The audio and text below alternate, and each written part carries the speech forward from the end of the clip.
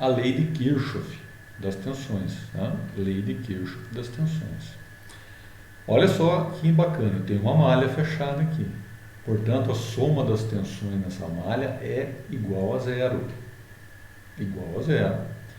Qual que é a ideia, pessoal? A ideia por trás da lei de Kirchhoff. O Kirchhoff teve alguma iluminação divina para estabelecer essa lei?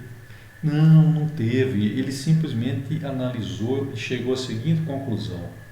Em uma malha fechada, não existe criação e nem destruição de tensão. As tensões, o que é gerado de tensão é, vamos dizer assim, esse não é o nome correto, mas o que é gerado é consumido.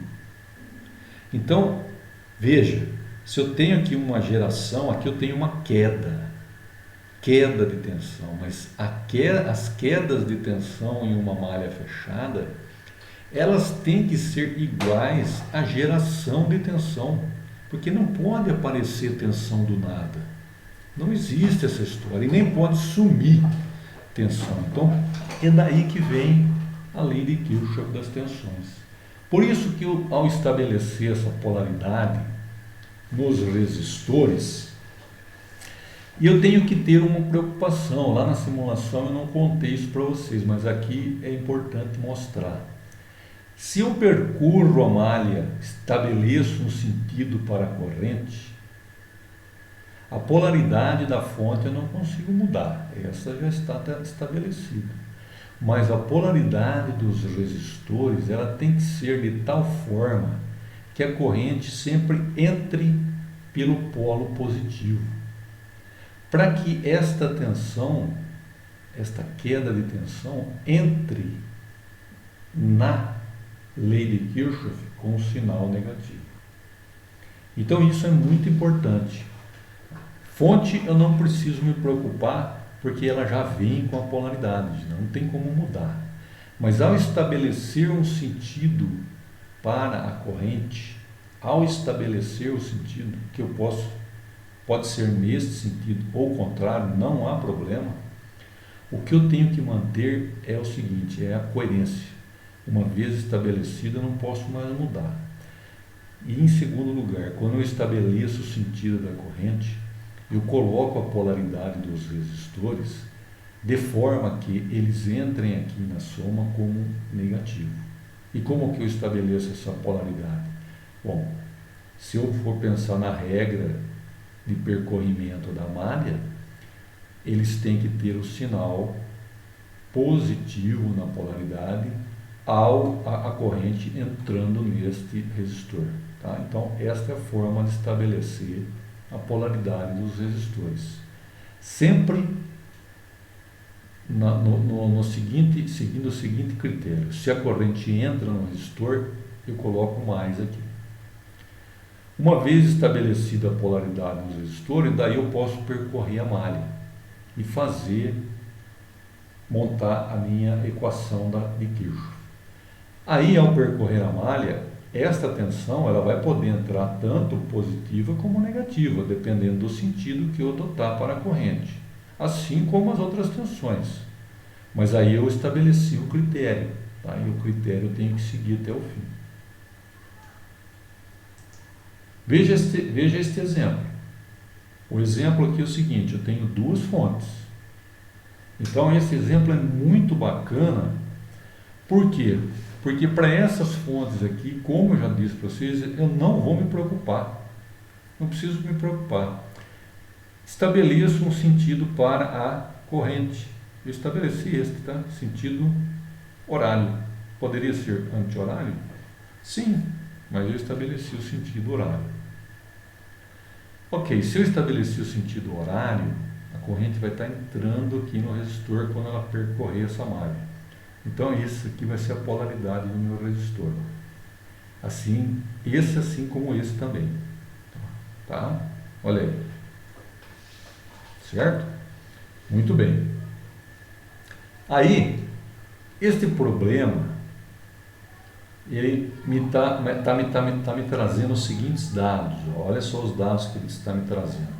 A tensão nesta fonte, a tensão nesta fonte, a queda de tensão neste resistor, e a pergunta é: qual é esta tensão? Poxa, mas então é super tranquilo de resolver, porque se a soma das tensões em uma malha é igual a zero, e eu tenho 3 valores e apenas uma incógnita, tenho esses 3 valores e tenho apenas essa incógnita, eu consigo resolver, consigo determinar o valor da tensão V1. Qual é o cuidado que eu tenho que ter? Entrar aqui na equação, na lei de Kirchhoff, com as polaridades corretas.